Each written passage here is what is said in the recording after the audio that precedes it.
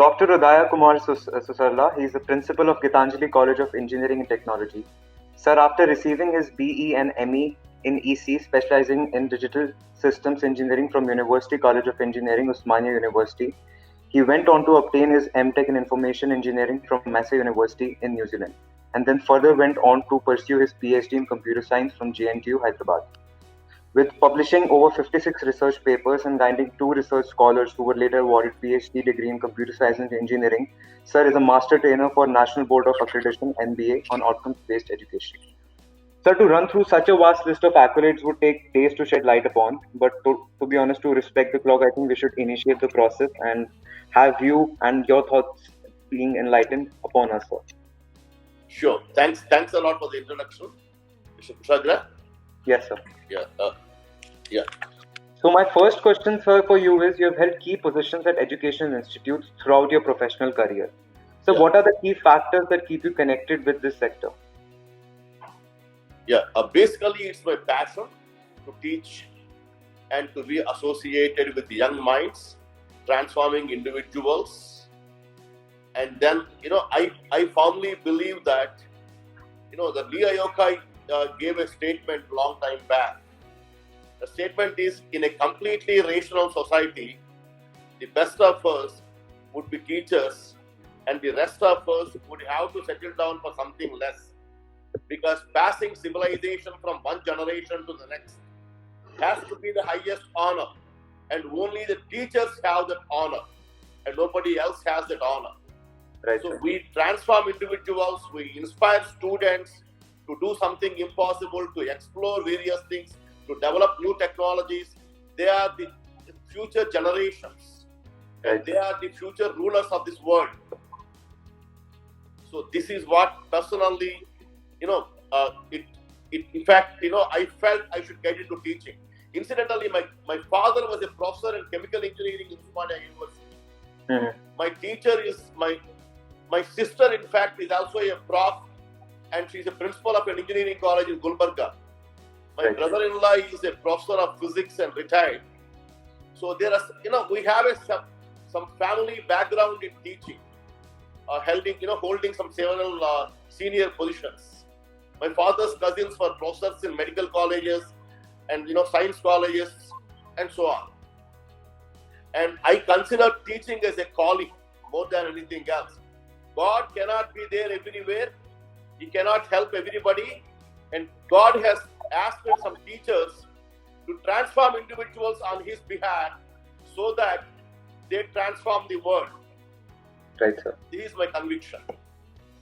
So that was really motivating, sir. So currently, my next question for you is, currently standing as an esteemed dignitary of your institute. So what do you define a true leader? How do you define, and what is your philosophy of leadership? Leadership, in my opinion, is more of influencing people. You influence a group or you influence a larger group or whatever it is, depending on the group of people whom you are leading. In fact, it is my conviction that leadership is more of coping with change. Leaders establish a direction or develop a vision, and then they communicate to the other, colleagues and participants.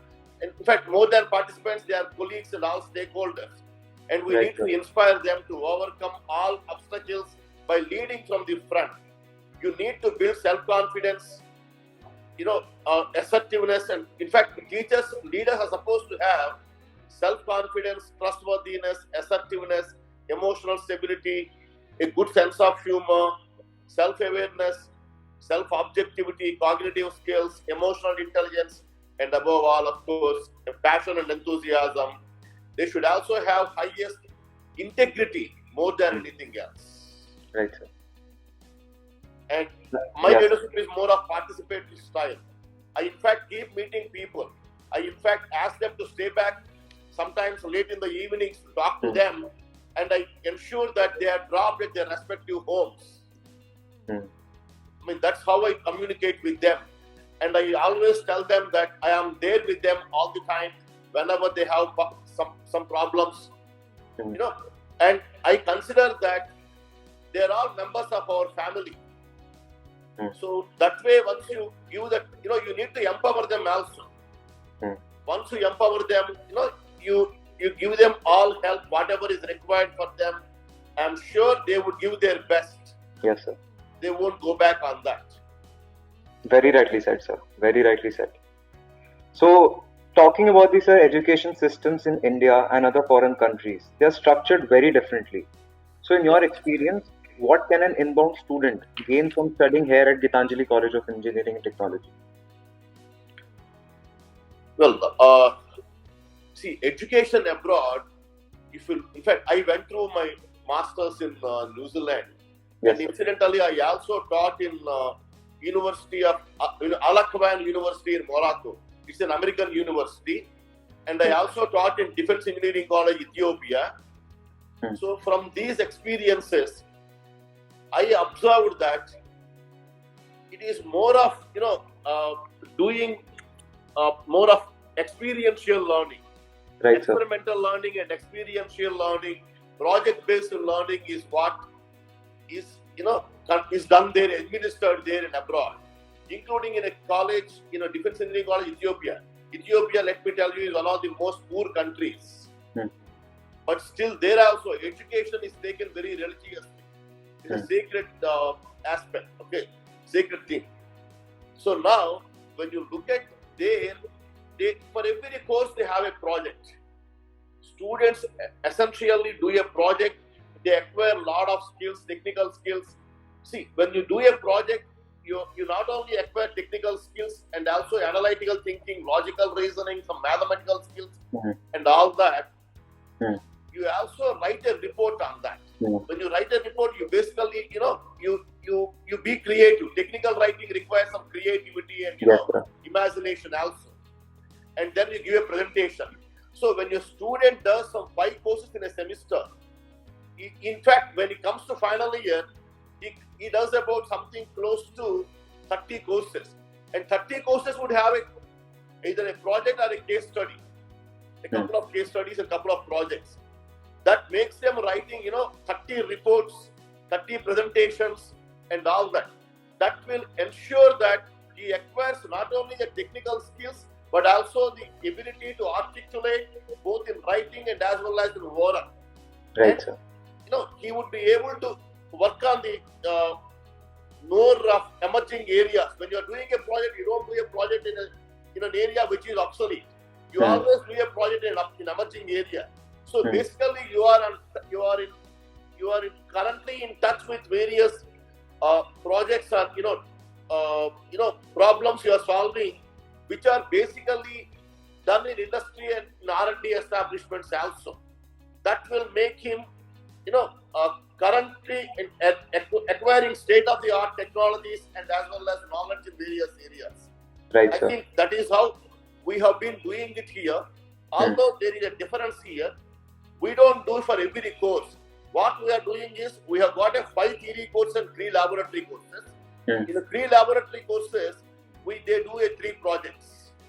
In the theory courses, of course, we give them case studies. I mean, again, some students may not be able to solve all projects. That's what we do is, we associate those students with the other students who are, advanced learners slightly, so that they would be able to mentor these students also, so that, it's a win-win situation for everybody. That is something very unique, which is, I've not come across, because if we talk about engineering colleges in particular in India, so that is a very unique thing that is here at Gitanjali. So as you were talking about inclusion of case studies and keeping a mix between what the student is learning theoretically and applying that practically, it's very important, because that's where the learning takes place. So. Yeah. Very Incidentally, what we do here is, we take some intake as per the MSET rank, engineering entrance rank. Then we list 1 to 50. In fact, our class strength is 40. Our class strength is not 60. We have 240 students in computer science. We made them into half a dozen sections, with only 40 students per section. Now, what we do is, this 1 to 40 available in a section, what we do is, 1, 2, 3, horizontally we keep them in column wise, and then we again go to the class 1, 2, 3, 4. Then we have 5, 6, 7, 8. Like that we come back, so that the merit is uniformly distributed among the students. We hate the Chaitanya Narayana private institutions culture where they push in all the brightest in one section and show some excellent ranks, which is absolutely nonsense. Right, sir. There has to be a mix. There has to be a mix because what students can learn from other students is something that peer learning is very, very critical. Right, sir. Perfectly, sir. Perfectly fine, sir. So, any insights into how Gitanjali College of Engineering and Technology could be more welcoming to students of different races or economic backgrounds? Because India is such a vast country. People come from different cultures, from different backgrounds. So, how welcoming is the university in that perspective? Yeah.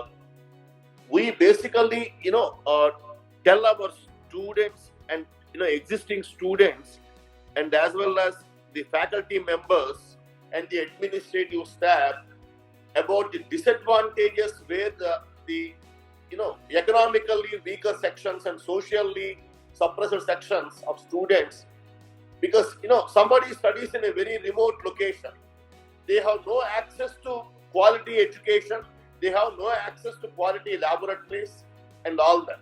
They don't have any access to quality teachers also, infrastructure facilities, even their living conditions are also not, I find them, wanting always. In fact, I hail from Vijayanagaram, a small town in Andhra Pradesh. The combined state of Andhra, now of course in Andhra. So when I look at it, what we tell the faculty members and students here is, we educate them on all these aspects, how they are disadvantageous, and how we should help them. Yes. And we educate them, and then we say that it is always better, to forego some of our own comforts to give those comforts to them. And we also give some, we have some book bank schemes. We also have some other facilities. We give some scholarships to students. Apart from the state government which anyway gives some scholarship. Government of India also gives some scholarship. But over and above, we also give some scholarship to the students, particularly those who are in needy. We give them a lot of concession in not only in tuition fee, but also in other fees such as transportation fee, any value-added courses that we are providing them through external agencies. They charge, say, for example, 5,000 rupees. We pay about 3,000 rupees for these people. 50%, 60% discount is given. That is how we try to tell them. And ultimately, it is the faculty and students have to, they have to understand the fact that these students are coming from a disadvantageous position. They take their own time to settle down here, and they are more or less first generation education college students. It is our responsibility to ensure that they also rise to the, they do well so that they bring up their next generations to the, to the levels of other students. So this is how we tell them that, you need to take care of them. In fact, I have a small quote, if you permit me to Sure, sir. tell you that. Sure, sir. That quote is nothing but, see, this is the quote.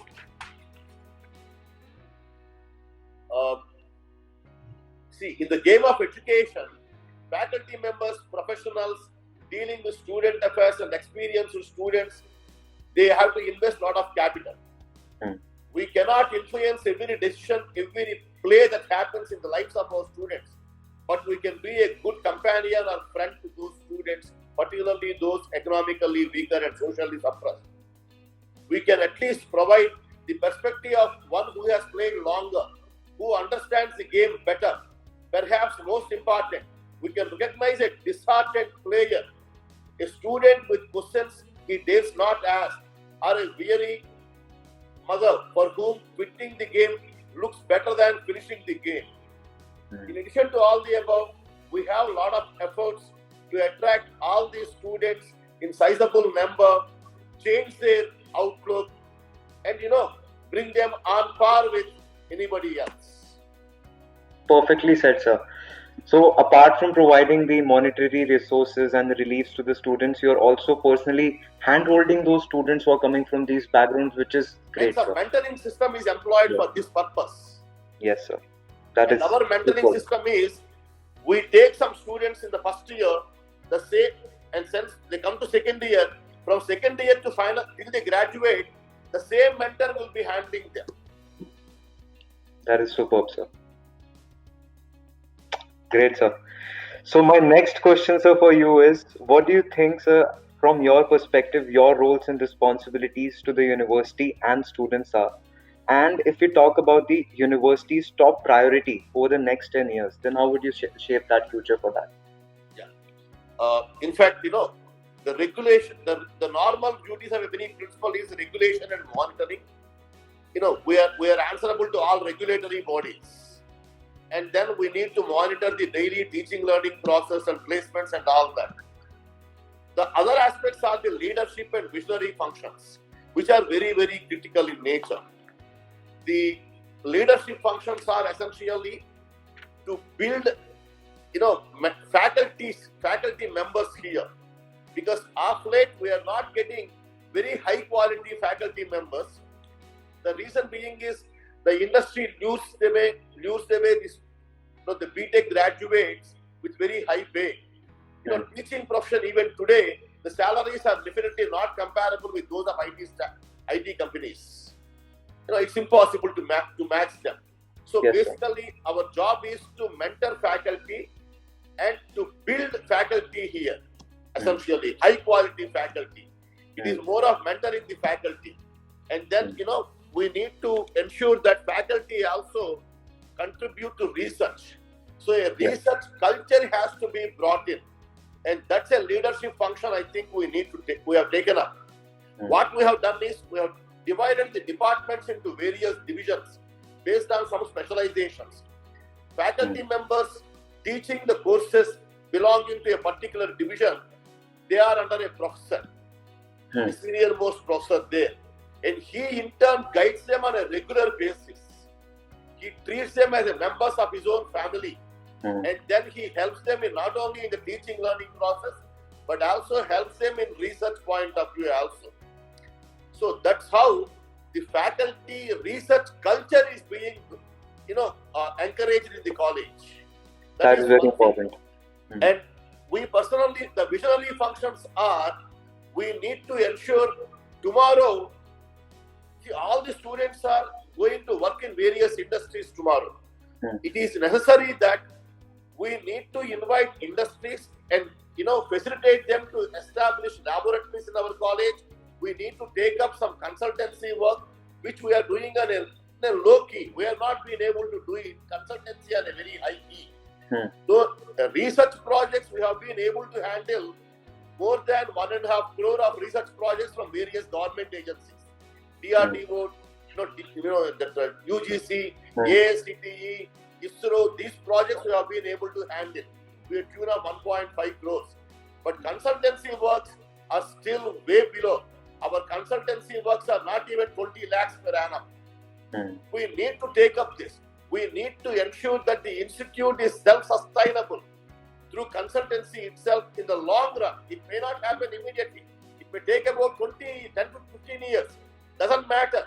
But in the next 10 years, we need to ensure that we build, an expert. We build a large number of faculty who have a lot of expertise in emerging technologies and emerging areas, wherein they would be able to give consultancy to various industries. Industry would be able to look at us instead of looking at somewhere else. So the IITs and IISc, they have that. We need to raise to the occasion. It takes a long time, but doesn't matter. We need to start, and the seed has to be sown today, and we have done that.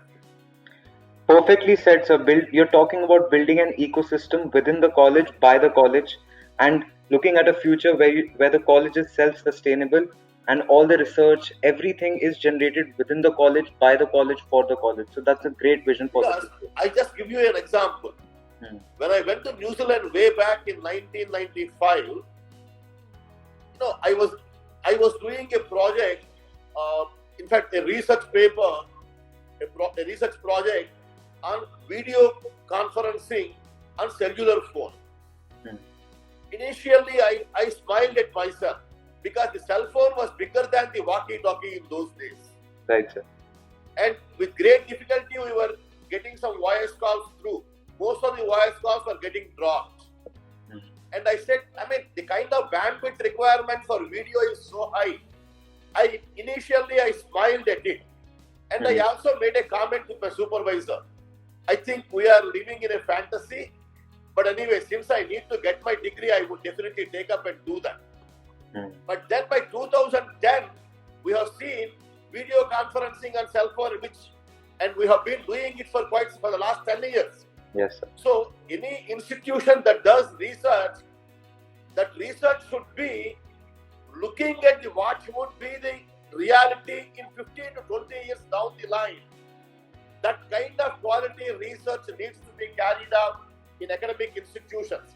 Academic institutions should be the mirrors of future society. True, sir. That's a very thoughtful and deep saying, but yes, sir. As you said, the seed has to be sown today in order to bear the fruits tomorrow, sir. Perfect, sir. So that brings me to the penultimate question that I have for you, sir.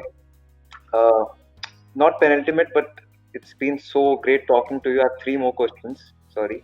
So my next question is, what would you like people to know about Gitanjali College of Engineering and Technology that they may not know?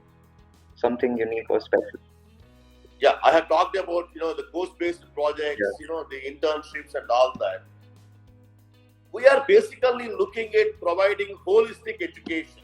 The holistic education that facilitates students in acquiring not only the necessary technical skills, but acquire all the following traits, which I have listed here. Students should have a commercial awareness, a willingness to learn, and an importance of lifelong learning, because everybody is a lifelong learner. See, for example, I am 60 plus recently, I have completed 60. Now, if I look at it, maybe in 15 years, 20 years down the line, I have to quit the world, and everybody will quit the world one day or the other. When I quit the world, say for example, I die of heart attack in about 15, 20 years down the line, then I experience the pain in the suffering of heart attack. Well, any experience is a learning, obviously. Yeah. That's the best way of learning it. Well, that learning may not be useful because the next second I am anyway out of the world. But still we learn. So, automatically we should become lifelong learners. This is what I tell my students. We should be lifelong learners. Technologies keep changing. We have not seen cell phones till 2000 almost, till 1998 or so. And we have seen cell phones. We have been looking at, today, AI, machine learning, data sciences, they are ruling the world. I still remember, I used to pay the electricity bill by standing in the queue about 25 years ago. Today I pay it while traveling in my car. Yes, sir. Through my cell phone. So basically we need, to develop the new technologies, we need to be lifelong learners. Resilience, flexibility, adaptability, self-regulatory skills, self-motivation, communication, enthusiasm, commitment, initiative, drive, self-awareness, self-promotion, entrepreneurship, coping with uncertainty, business awareness, commercial awareness, all of them are required. In fact, I firmly believe, in fact, we tell our students, the foremost goal of education is to create men and women who are capable of doing new things, not simply repeating what the previous and earlier generations have done. Our conviction is that there can be no significant innovation in education that does not have at its epicenter the attitudes of the teachers and students, the beliefs, assumptions, feelings of teachers and students are the air of our learning environment. They determine the quality of our institute. Right, sir. We are proud to say that we belong to this fraternity where the seeds of greatness were sown by far-sighted visionary educationists. Our faculty and students know that our emphasis here in education is not on how many answers we know, but rather the focus should be how well we try to learn when we really do not know. In fact, I tell my faculty particularly, first, our institute should be in such a way that we should strongly believe that this is not only good enough for our children, for our own children, it should be the dream institute we want it for our children. That is how we need to develop our institute, and we have been doing that. Rightly said, sir. And now coming to the second last question, sir. If we talk about the greatest strengths and the biggest challenges that you see, both for higher education in general and for Gitanjali in specific. See, the strengths we see is we have got autonomy and we are able to change our curriculum, deviate from university curriculum. Affiliated curriculum is basically meant for about 170 colleges. They have to take care of various categories of students. But whereas we feel that we can always change our curriculum and more, and we have done that. And we have been recruiting experienced and qualified faculty all the time. Our philosophy is in recruiting faculty is, if there is a good teacher elsewhere, try to lure him to our institute. He should be in our institute. Give him all the academic freedom. Give him, the required salary and all that, extra pay and all that. And essentially, we need to bring them here. With this kind of outlook, we have been inviting faculty. In fact, we have been able to attract faculty from CBIT to our college. CBIT is the best private engineering college in Hyderabad. And from there, we have been able to attract them. In spite of, they left CBIT and joined us. So that is one thing. We have excellent HR policies, and then our quality of teaching learning process is outstanding. There is some growing research culture among faculty. We are recognized as CSIRO, Scientific and Industrial Research Organization. In 2011, we have been recognized. 2011 March. And we have been doing some good placements. Last 2 years, we have done 530 and 540 plus placements.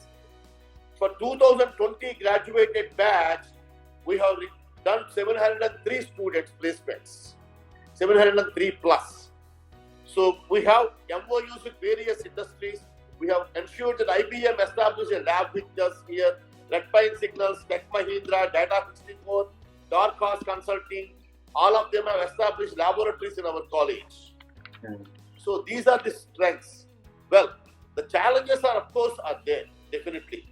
The problem we have seen is, because of higher monetary benefits given in the IT industry, among the younger faculty, we have less motivated faculty. Even the younger faculty who join us, in the first 2 years, they will be trying to get out. They keep this only as a springboard. They would like to jump over from here. Well, that way probably we provide them some training to get out probably. We feel bad about occasionally, but then of course we cannot commit their way. So less motivation among the younger faculty. And then of course for that we have ensured some plan. We have kept a plan in the college. I told you about a senior faculty member mentoring the junior faculty members. And then, of course, the other problem is lack of online, on-campus residential accommodation. See, we don't have hostels of our own. Though we have acquired land and recently started construction. But that would probably take another 1 year. It's only next August or so we will be able to provide hostel accommodation. And along with that, we are also constructing some half a dozen quarters. But it is not a completely residential accommodation. And students prefer to leave in the evenings because they also would like to go through some coaching, attend some coaching for TOEFL, GRE, CAT, GATE and all that. That's a problem we are facing. That's a challenge, which is of course very difficult to cope up with, to come out of that, because it requires enormous amount of money to be spent on building the infrastructure. It requires a few hundred crores of rupees, which is not easy. Lesser number of PhDs in the college. We have only about 25% of the PhDs. in the college. Among the 260 faculty members we have about 63 or 64 faculty members with doctorate degree. That's about 24-25% of the faculty members. We have to go a long way in making, in fact, my ambition is in the next 5 years, we should be able to have about 40-45% of the faculty with PhDs. Next 5 years. In about 10 years, about 60% of the faculty to have some PhDs. That's one thing which is very difficult because there are mushrooming institutions and, it is difficult, because when the faculty are available are limited and they get scattered. The other challenges we are likely to face is impact of globalization. Now with the government going to allow from foreign universities into the entry of education sector, I think it is not going to be easy work for any institute or any university. It is going to be very, very challenging, and unless everybody rise to the occasion, I don't think we will be able to do that. And then government restrictions on fee structure. I think this is something government has to do away with. I can understand the socially suppressed classes, they need to be given. Even those classes also, perhaps, we can give 50% of the money, 50% of tuition fee government can pay. The remaining 50% through bank loans we can give. And once they get into a job, for every rupee they earn, 10 paise only they are going to contribute they are going to pay back to their loan. So that way I think in the first 5 years you don't need to also. After 5 years of so, you can do that because now everything is anywhere linked to Aadhaar and PAN card. It is not a difficult thing by any means. By doing so, we are also making the students feel responsible for their learning. These are the critical aspects we need to take care. And of course, the other problem we are facing is the very senior faculty, probably in about, they are all 60 years or so. In 5 years down the line, they will be retiring. Now, these faculty members, they are less aware about the emerging technologies. And there's a lot of resistance among these faculty members to learn these new technologies.